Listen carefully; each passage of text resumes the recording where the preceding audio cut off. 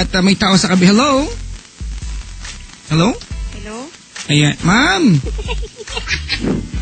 Margie! Yes. May balat ka ba sa puwet? Ano ba, Papa Jack? Biglang nagluko yung aming console nung kausapin kita off-air. Papa Jack naman eh. Bakit? Wala. Wala pala. Papa Jack, ano mo? Ano po? Wala, talaga ang cute mo. Meron nag-text dito, oh. Ano sabi?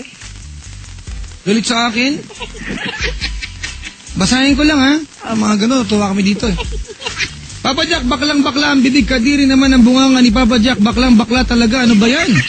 Para ka naman yung isang DJ pinagkakalat yung anuhan nila ng girlfriend niya. Yaks. Naman ugaling bakla yung bibig. Papaano na lang ina ng anak mo? Bastos naman bibig mo. Di bagay sa'yo. Naisip ko tuloy. Pati yung siklong kong dinamay mo, ha? Hayop ka. Ito parang may issue sa mga bading. Bakit kaya? Bakit? Kung bading ako, ano naman? So, ilan yung kunin mo nga itong tulok-ulok mong number na ito? Iban mo nga yan. Ayan o, ayan o. O yan, ha? O, tinan mo, bakla ka daw, sabi niya. Kaya ko lang pala.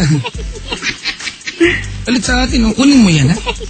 Padala mo na maraming load. Hi, Margie! Yes, Papa Anong Jack. ginagawa sa buhay? Ito po, nag-work. Anong trabaho mo? Ano lang po, nag-aalaga lang po ng bata. Gano'n ka nakatagal dyan? Almost 5 years po. Di 5 taon na rin yung bata. Mag-7 na po. 2 years old ko pa siya nalagan. Ganon? Opo. Noong 3 years old siya, dumarating ba yung pagkakataon, pinapak mo yung Cerelac niya? Opo, Papa Jack. Pag hindi niya nauubos, kinakaya mo yung Gerber, ganon. Opo. Masarap yun, di ba? Protein kaya yun. Masarap ba ang Gerber? Ha? Hindi ko po alam. Kinakain mo pag wala yung magulang, eh. May asawa ka na? Wala po. Anak? Wala po. Wala din. Ba't napatawag? Wala lang po. Problema. Mandadamay ka pa. That's normal mo na lang. Kasi kikwenta mo ako din. Ay, wala po. Wala pala eh. Ano lang po? Ano? Ano po, Papa Jack? Paggabi po, nag-usap kami ng boyfriend ko. May boyfriend ka? Gano'ng katagal na kayo? 1 year and 2 months po. Wow. Tapos kagabi nag-usap kayo? Sa cellphone lang po. Oo. O, anong nangyari? Yun po, nakipag-iwalay po ako. Bakit? Trip mo lang? Nagsawa na po. Ba't ka nagsawa? Ayaw ko na po, Papa Jack. Bakit? Enjoyin ko lang po yung life ko. Nang hindi siya kasama? Opo. Talaga? Ano bigla-biglang gumising ka na lang na hindi mo na siya love, ganon? Hindi naman po. Ano yung specific, ano yung eksaktong dahilan, ba't ka nakikipag-iwalay? Yung ugali niya po. Ano ba ugali niya? Ito na naman. Ano ba ugali niya hindi maganda? Hindi ko po maintindihan kasi po palaging siloso. Gano'n ba kadalas kayo magkita? Everyday po. Everyday? Ba't magkapit bahay kayo? Opo.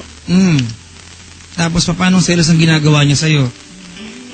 Pag umalis po kami, nag-outing, then pag hindi pa ako makatext sa kanya, yun po, sabihin niya may iba ka ng mahal. Ganun. Mahal ka kasi ng tao. Opo. Baka naman nararamdaman mo lang to ngayon kasi naiinis ka sa kanya. Baka bukas makalawa pag napatawad mo na yung ginawa niyang selos, hanapin mo yan. Hindi na po, Papa. Sigurado ka? Opo. Sigurado ka? Opo. Meron ka bang ibang napupusuan ngayon? Wala po. Wala. So gusto mo lang talaga mag-enjoy? Opo. Bili ka ng bagong make-up, ha? Gumanda ka. Siyempre, para gumanda ka. Tanong ko bago na, kasi ngayong gabi, hingan kita ng mensahe para sa kanya, makikipag-break on air. Opo. Diba? Opo. Pero bago yan, handa ka na ba makita siya may kasamang iba maglakad sa harap mo? Okay lang po. Okay lang. Isabihin, handa ka na nga. Opo. Kailan mo na umpisang maramdaman na ayaw mo na pala sa kanya? Ano po, last week lang po. Sigurado ka ba sa ginagawa mo? Opo. Sige, dali. Ang pangalan ni boyfriend? Kelly po. Kelly. Apo. Nakikinig ba siya ngayon? Hindi ko pa alam sa kanya. Sige, dali. Magpaalam ka na. Wala tayong magagawa. Desisyon mo to, di ba? Margie. Po. Ba't ka ba napatawag sa akin? Buo na pala desisyon mo. Gusto ko lang po ano yun sa kanya. Ano unahin sa kanya? Alin? Gusto ko lang po marinig niya kung sasabihin ko. Ba't di mo lang tinawagan? Pinadawang pa dito. Papacheck naman. Ayoko na may text siya. Wala akong load. Ano pala yun?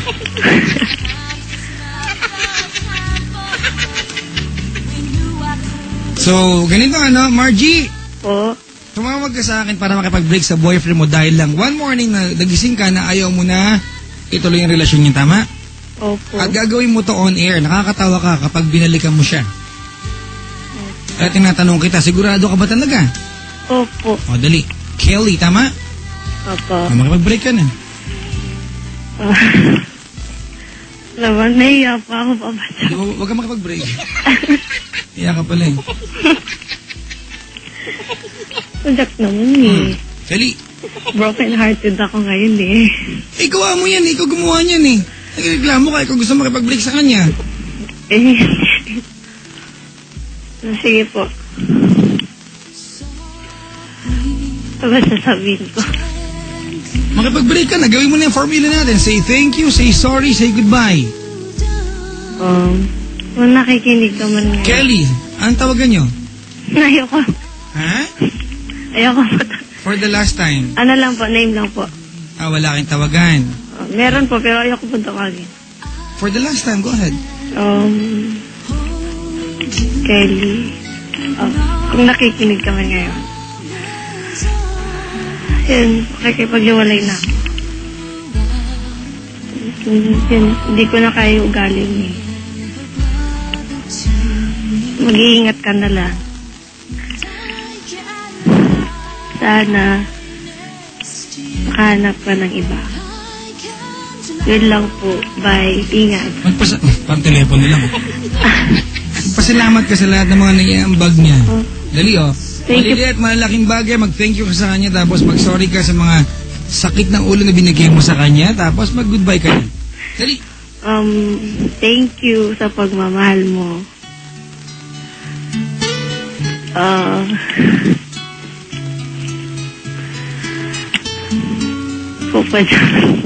Sige na. Gusto mong gawin yan, di ba? Yan po. Thank you lang po. Sa lahat. Gaya ng? Ano yung mga maaalala mo? Gaya ng pagmamahal. Ano yung mga mumunting bagay na pwede mong maalala pag tipong makalipas yung ilang buwan, magkikita kayo, may isip mo siya. Ano yung mga bagay na maaalala mo tungkol sa kanya? Yan po, pag lumalabas kami. Ay, wag na po, Papa Jack. Sige lahat. Alam mo ba't ko tinatanong? Po? Kasi kung ako man si Kelly, sa kikipaghiwalay ka sa akin, hindi malinaw sa akin kung bakit. Di ba? Opo. Hindi malinaw sa akin kung bakit. Mabuti nang dumating yung pagkakataon, nung umiiyak-iyak si Kelly, alam niya ba't siya umiiyak? Para meron siyang paliwanag sa sarili. Hindi umiiyak lang siya, iniiwan siya ng girlfriend niya, hindi niya alam kung bakit. Kaya sabihin mo sa paliwanag mo sa kanya, ba't ka nakikipaghiwalay? After all, isang taon mahigit yan, Margie. Kasi po, hindi ko na po kaya talaga ugali niya. Siloso? Marami pa po siyang ginawa eh. Ano? Saka, yung dating, yun na po, Papa Jack, yung dating girlfriend niya, hanggang ngayon, kinakausap pa rin niya. Anong klaseng usapan meron sila? Yun po, mga part of life niya, ganyan. Hindi ko na po inaano. Sa akin, okay na po. Okay. Desisyon mo yan. Ang akin lang kasi, Margie, di ba? Pag nagka-boyfriend ka ng iba, yung problema pinagdadaanan mo yan, pagdadaanan mo rin sa panibagong boyfriend mo. Bakit di mo solve mo yan? Nandiyan ka na. Oh. Pero talagang di mo na ba talaga love o galit ka lang? Ang galit lang po. Pero ayoko na po talaga, Papa Jack. Sige. Anong wish mo para sa kanya? Sana po makahanap siya ng iba na magmamahal sa kanya po. Tsaka hindi siya lulukoy. Ano pa? Lubusin mo na. Di ba ito yung tinawag mo sa akin? Po. Para magbigay ng message para sa kanya? Opo. O, dali. Lubusin mo na. At sana po, wag niyang lokohan yung ibang babae. No. Sige lang. Naman okay. Huwag kang mahiya. Yan po. Sana, nagbago siya. Saka yung ugali niya. Margie! Po. Kung ngayong gabi magbabago yan, sasabi niya sa'yo, Margie, wag mo na akong iwan. Tonight, babaguhin ko lahat ng bagay na ayaw mo sa akin. Huwag ka lang mawawala sa akin. Ano magiging sagot mo sa kanya? Kailangan po gawin niya muna lahat. Para mapatunayan na nagbago pa talaga siya. Ibig sabihin, galit ka lang talaga. Opo. Alam mo, Margie, pag sinabi mo love, dapat unconditional, di ba? Opo. Di ba? Kung gusto mo siya magbago at love mo naman siya, ikaw yung maging dahilan para magbago siya, huwag mo siyang iwan. Tulungan mo siya magbago, huwag mo siyang iwanan. Kung love mo, di ba? Opo. Love mo naman, di ba? Galit ka lang eh. Ba't mo siya iiwan? Nagugulan pa ako, Papa Jack eh. O, yun. Huwag kang padalos-dalos. Di ba? May mga bagay na pwede kang sabihin pag galit ka, na pag hindi ka nagalit, hindi mo na kayang sabihin.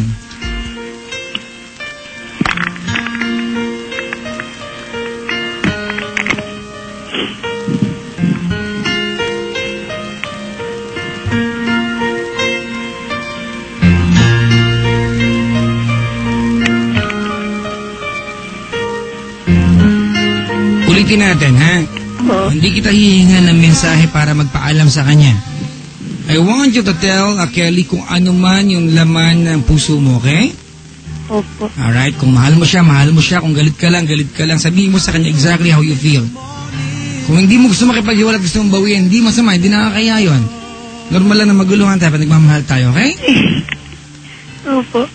Alam mo, Margie, pasensya ka na kung pinipigilan kitang gawin to, okay? Kasi ito yung mga klase ng desisyon hindi na pag-isipan. Yung gusto mo lang gawin. Kasi galit ka. Nagpapahabol ka. So after a while, pag talaga nawala, iiyak ka, magsisisi ka. Pag-isipin mo mabuti. Anong gusto mo sabihin kay Kelly? Anong bahagi ng pagkatao mo nakalaan sa kanya? Dali.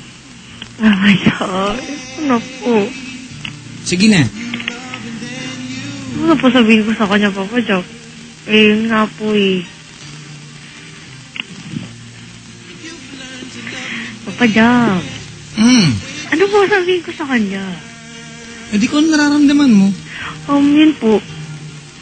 Kasi sana magbago na po siya eh. I know, mahal ko pa rin siya hanggang Huwag mo siya iwanan, mahal mo pala, di. Super, Papa Jack. Sira ulo to. Higit pa sa buhay ko. Ay, tingok. Mahal mo pala, ba't mo iiwanan? Ayun po, Papa Jack eh. Kasi mga kaibigan ko, nadali ako sa mga kaibigan. Huwag ganon. Or ang mga kaibigan, pwedeng huwigan ng opinion pero do not let them decide para sa'yo. Sabi nila, hiwalayan ko na rin si Kelly. Yan po, ginawa. Huwag ganon. Kasi, alam mo, Margie, pag dumating yung pagkakataon mag-isa ka na, hindi naman sila yung makakaramdam yan. Ikaw naman Diba? Opo. Sige na, siloso. Okay, fine. Mahal mo Opo, kapag mahal mo ang tao Margie, you are expected to do only one thing, to give your best. Yan lang bang kaya mong ibigay sa relasyon na meron kayo para ma-save yan, para magbago siya?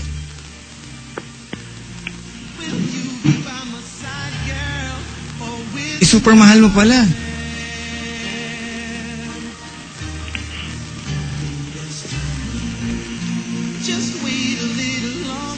Dali. Yun na lang po, Papa Jack. Hindi malinaw ang naging usapan natin pag binaba natin ito ngayon ng ganito. Ano ang desisyon mo? Nakipaghiwalay ka kagabi sa kanya. Babuin ba yun o hindi? Papa Jack naman. Naguguluhan po kasi ako.